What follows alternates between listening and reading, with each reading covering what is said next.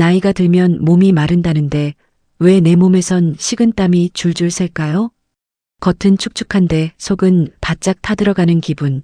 이거 단순히 나이 탓이나 갱년기 증상이 아닙니다. 지금 당신의 몸속에서는 귀한 생명수가 소주 증류되듯 밖으로 새어나가고 있습니다. 이 물길이 마르면 관절은 굳고 귀에선 이명이 들리며 노화는 걷잡을 수 없이 빨라집니다. 조선시대 사대부가 며느리를 고통 속에 몰아넣었던 기이한 병, 진액고갈.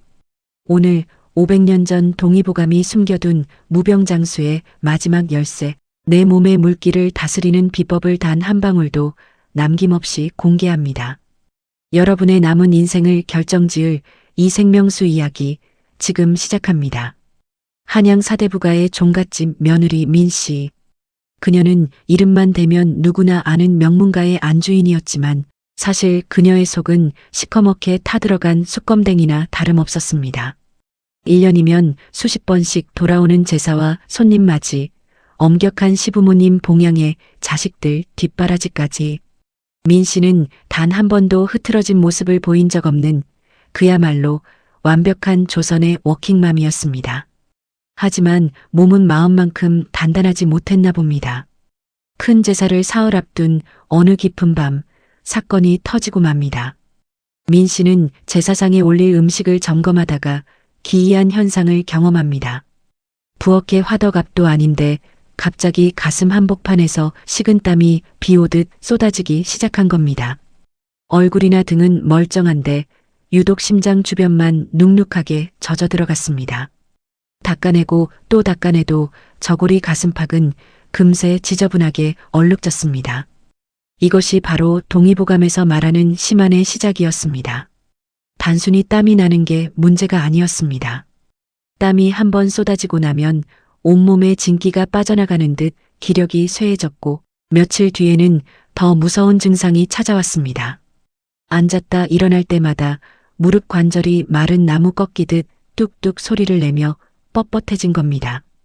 귀에서는 밤낮 없이 매미가 우는 듯한 이명이 들리기 시작했고 거울 속 민 씨의 안색은 핏기 하나 없는 창백한 종이장처럼 변해버렸습니다.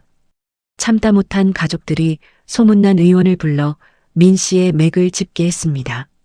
의원은 가만히 눈을 감고 맥을 살피더니 한참 뒤에 껄껄 웃으며 입을 열었습니다. 부인, 지금 부인의 몸은 펄펄 끓는 소주 시루와 같습니다. 의원의 말은 충격적이었습니다. 심장은 본래 불의 기운을 가진 장기인데 민 씨가 완벽을 기하느라 지나치게 신경을 쓰고 근심을 하니 그 마음의 불길이 걷잡을 수 없이 커졌다는 겁니다. 그 뜨거운 열기가 몸속에 귀한 수분을 데우고 마치 시루 속에서 곡주를 증류해 소주를 뽑아내듯 우리 몸에 꼭 필요한 진액을 땀으로 뽑아내고 있다는 진단이었습니다.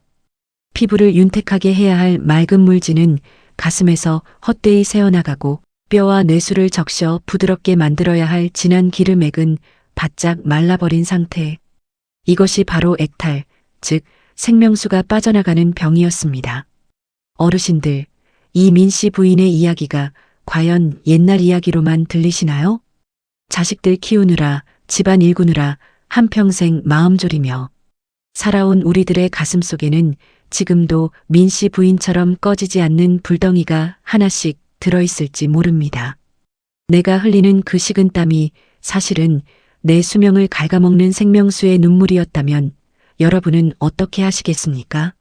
민 씨 부인이 이 위기를 어떻게 넘겼는지, 그리고 그 의원이 내린 처방이 우리 시니어들에게 어떤 의미가 있는지 이제 그 깊은 속사정을 하나씩 파헤쳐 보겠습니다. 자, 이제 민 씨 부인의 가슴에서 새어나갔던 그 정체 모를 액체, 진액에 대해 본격적으로 파헤쳐 볼 시간입니다. 우리가 흔히 진액이 빠진다, 진을 다 뺐다는 말을 자주 쓰지요? 그런데 이 진액이 정확히 무엇인지, 왜 우리 몸에 황금보다 귀한지 아는 분은 많지 않습니다. 500년 전 동의보감은 이 진액을 두 가지 성질로 아주 명쾌하게 나누어 설명합니다. 먼저 진입니다. 한자로 나루터 진자를 쓰는데 말 그대로 맑고 가벼운 액체를 뜻합니다. 우리 몸의 겉면을 촉촉하게 적셔주는 이슬 같은 존재죠. 우리가 음식을 먹고 기운을 차리면 그 기운이 가장 먼저 만들어내는 맑은 물입니다. 이 진은 우리 몸의 피부와 근육 사이를 돌아다니며 살결을 부드럽게 만들고 날이 더우면 땀구멍을 열어 땀으로 변해 체온을 조절합니다. 말하자면 우리 몸의 냉각수이자 보습제인 셈입니다. 반면에 액은 차원이 다릅니다.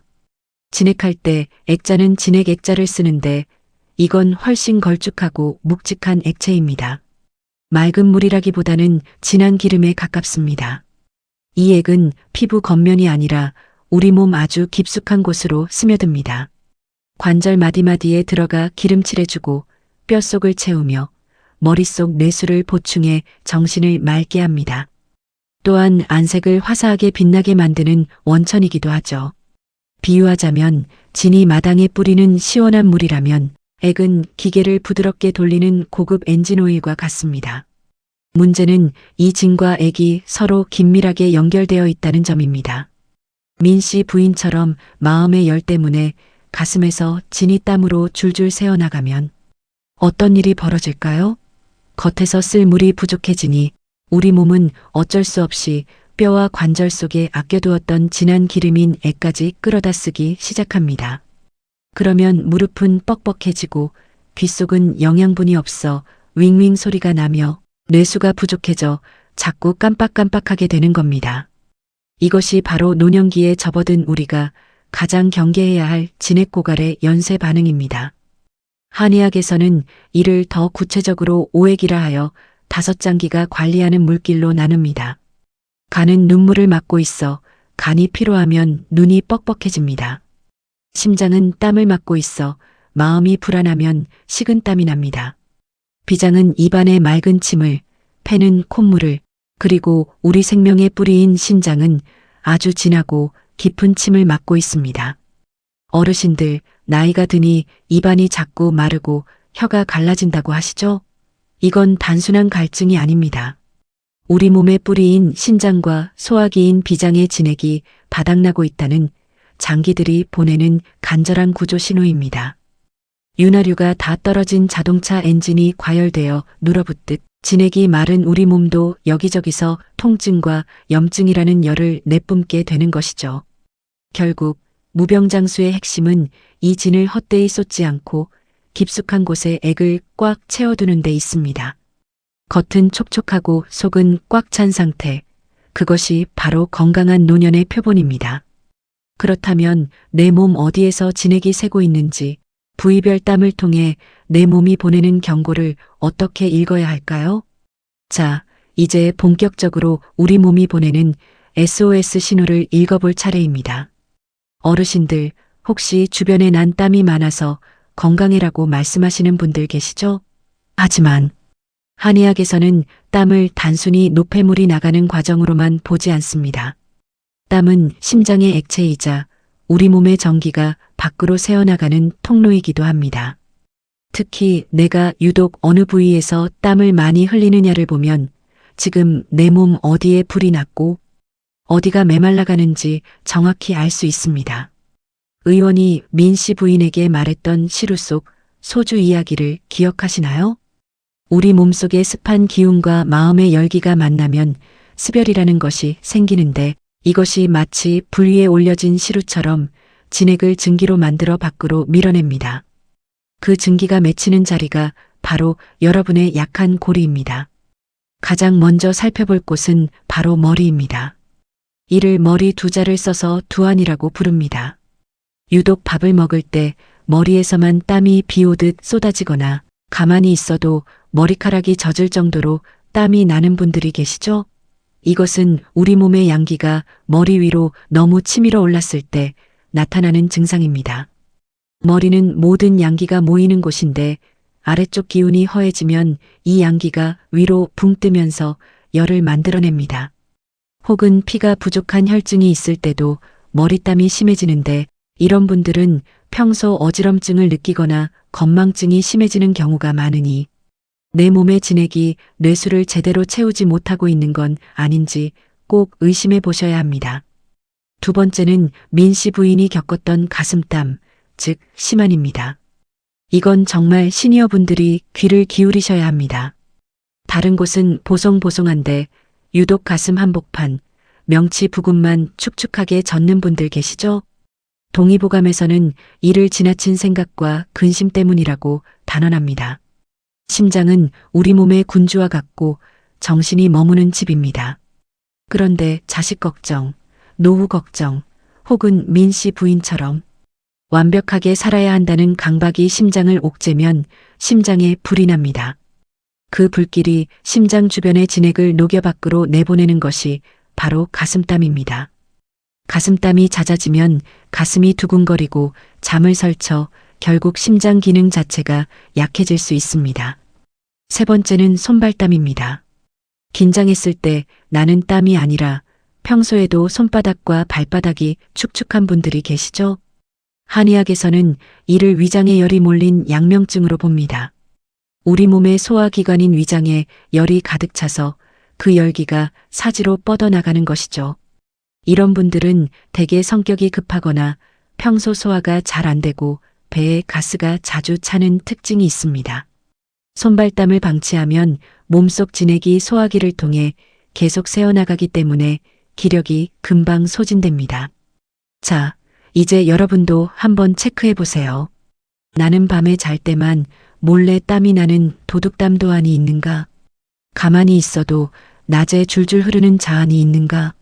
아니면 특정 부위, 머리나 가슴, 손발에서만 유독 땀이 나는가? 땀은 거짓말을 하지 않습니다. 부위별로 나타나는 이 땀방울들은 주인님, 지금 내 몸에 물길이 터졌어요. 빨리 마음의 불을 꺼주세요. 라고 외치는 간절한 신호입니다. 단순히 내가 땀질이 좀 있어 하고 넘기실 일이 절대 아닙니다. 이 신호를 무시하고 진액을 계속 흘려보내면 결국 앞에서 말씀드린 대로 우리 몸의 윤활유인 애까지 말라붙어 관절 통증과 이명, 급격한 노화라는 무거운 대가를 치르게 됩니다. 내 몸에 어디가 젖어 있는지 확인하셨나요? 그렇다면 이제 이 터진 물기를 어떻게 고치고 메마른 진액을 무엇으로 채워야 할지 그 구체적인 처방과 생활 습관을 알아볼 차례입니다. 자, 이제 가장 중요한 시간입니다. 내 몸에서 새어나가는 소중한 생명수를 어떻게 하면 다시 가두고 메마른 자리에 윤기를 채울 수 있을까요? 의원이 시름에 빠진 민 씨. 부인에게 건넨 비방은 단순히 약초 몇 가지가 아니었습니다. 가장 먼저 의원이 처방한 것은 진해탕이었습니다. 사실 진해탕은 심장의 혈을 수렴하고 진액을 보충하는 약재들의 조합이기도 하지만 그 이름에 담긴 뜻이 우리 시니어분들에게는 더 큰 울림을 줍니다. 바로 진심으로 자신을 사랑하는 마음의 탕약이라는 뜻이지요. 민 씨 부인처럼 내가 아니면 안 돼. 모든 걸 완벽하게 해내야 해라는 강박은 심장에 끊임없이 부채질을 하는 것과 같습니다. 땀을 멈추게 하는 가장 빠른 길은 마음의 불을 끄는 것입니다. 시청자 여러분, 가장 먼저 집안일의 무게, 자식 걱정의 무게를 조금은 내려놓으셔야 합니다. 내 마음이 편안해야 심장의 열이 가라앉고 그래야만 피부의 땀구멍도 비로소 꽉 닫히는 법입니다. 이것이 동의보감이 전하는 진액보존의 첫 번째 원칙, 심혈수렴의 핵심입니다. 구체적인 약재 처방도 살펴볼까요? 밤에 잘 때 본인도 모르게 식은땀을 흘려 이부자리가 눅눅해지는 분들, 한의학에서는 이를 도둑땀이라 하여 도안이라고 부릅니다. 이런 분들께는 이슬 맺힌 뽕나무잎, 즉 상엽이 명약입니다. 뽕잎은 성질이 서늘하면서도 맛이 달아 심장과 폐의 열을 내리는데 탁월합니다. 뽕잎을 잘 말려 가루 내어 드시거나 따뜻한 차로 꾸준히 달여 드셔보세요. 뽕잎의 수렴 작용이 밤새 도둑맞던 여러분의 진액을 안으로 꽉 잡아줄 것입니다. 실제로 뽕잎은 예부터 식은땀을 멈추게 하는 성약으로 대접받아 왔습니다. 또한 발땀이 너무 심해 양말이 늘 젖어 있고 냄새까지 나서 고민이신 분들을 위한 비방도 있습니다. 바로 백반과 갈근, 즉 칡뿌리를 활용하는 방법입니다. 백반은 늘어진 모공을 조여주는 성질이 강하고 칡뿌리는 몸의 열을 밖으로 발산시키면서도 진액을 생성하는 효과가 있습니다. 이 두 가지를 함께 넣고 끓인 물에 발을 씻거나 족욕을 해보세요. 축축했던 발바닥이 뽀송뽀송해지면서 새어나가던 기운이 다시 몸 안으로 모이는 것을 느끼실 수 있을 겁니다. 마지막으로 우리가 매일 먹는 음식을 통해 진액을 관리하는 법입니다. 어르신들, 기운이 없다고 자꾸 맵고 짠 음식 혹은 너무 뜨거운 보양식만 찾으시는 건 아닌가요? 하지만 너무 매운맛은 우리 몸의 기운을 밖으로 흩어버리는 성질이 있습니다. 가뜩이나 진액이 부족한 상태에서 매운 것을 드시면 소결만 더 심해지고 진액은 더 빨리 말라버립니다. 대신에 만화 연근처럼 끈적한 점성이 있는 음식들을 가까이 하세요. 이 끈적한 성분들이 우리 몸속 깊은 곳에 액을 보충해주는 훌륭한 재료가 됩니다. 또한 충분한 수분 섭취는 기본이지만 한 번에 벌컥벌컥 마시는 것보다 따뜻한 물을 입안에 머금듯 천천히 마시는 것이 진액 생성에 훨씬 도움이 됩니다. 이것이 바로 우리 몸의 위기, 즉 방어력을 보강하여 진액이 헛되이 새지 않도록 성벽을 쌓는 방법입니다. 민 씨 부인의 이야기는 결국 어떻게 마무리되었을까요? 그녀는 의원의 조언대로 조금 부족해도 괜찮다며 스스로를 다독이기 시작했습니다. 완벽해야 한다는 강박을 내려놓고 마음의 평안을 찾자 거짓말처럼 가슴에 땀이 멎었습니다. 밖으로 새던 맑은 물진이 안으로 돌아오자 뻣뻣하던 무릎 관절에 액이 채워지며 윤기가 돌기 시작했습니다. 밤새 괴롭히던 이명도 잠잠해졌고 파리했던 얼굴에는 다시 복숭아빛 생기가 돌았습니다. 몸속 물길이 비로소 제자리를 찾은 것이죠. 여러분, 우리 몸은 정직합니다. 오늘 우리가 흘린 땀 한 방울은 단순히 노폐물이 아니라 우리가 평생 써야 할 생명수이자 자산입니다. 마음의 불을 끄고 이 소중한 물길을 잘 갈무리하는 것, 그것이 보약 열첩보다 나은 최고의 장수 비결입니다. 오늘부터라도 거울을 보며 자신에게 한마디 건네보세요. 그동안 참 잘 살았다. 이제는 조금 쉬어도 괜찮다. 이 따뜻한 격려 한마디가 여러분의 심장 불길을 끄고 메마른 진액을 채우는 가장 강력한 처방전이 될 것입니다. 오늘 전해드린 동의보감의 지혜가 여러분의 노년을 더욱 촉촉하고 활기차게 만들어주길 진심으로 바랍니다. 주변에 늘 식은땀을 흘리거나 입이 마른다며 고생하시는 친구분들이 있다면 오늘 이야기를 꼭 들려주세요. 함께 건강해지는 것만큼 큰 즐거움은 없으니까요. 지금까지 긴 시간 시청해 주셔서 진심으로 감사합니다. 오늘 영상이 여러분의 건강한 물길을 다스리는데 조금이라도 도움이 되셨다면 화면 아래에 있는 좋아요와 구독 버튼을 꼭 눌러주세요. 여러분의 응원이 저에게는 큰 힘이 됩니다. 여러분의 몸속 물길이 늘 맑고 풍요롭게 흐르기를 기원합니다. 저는 다음 시간에도 여러분의 삶을 윤택하게 할 깊이 있는 건강 이야기로 다시 찾아오겠습니다. 어르신들, 오늘도 진액 가득한 촉촉하고 평안한 하루 보내십시오. 감사합니다.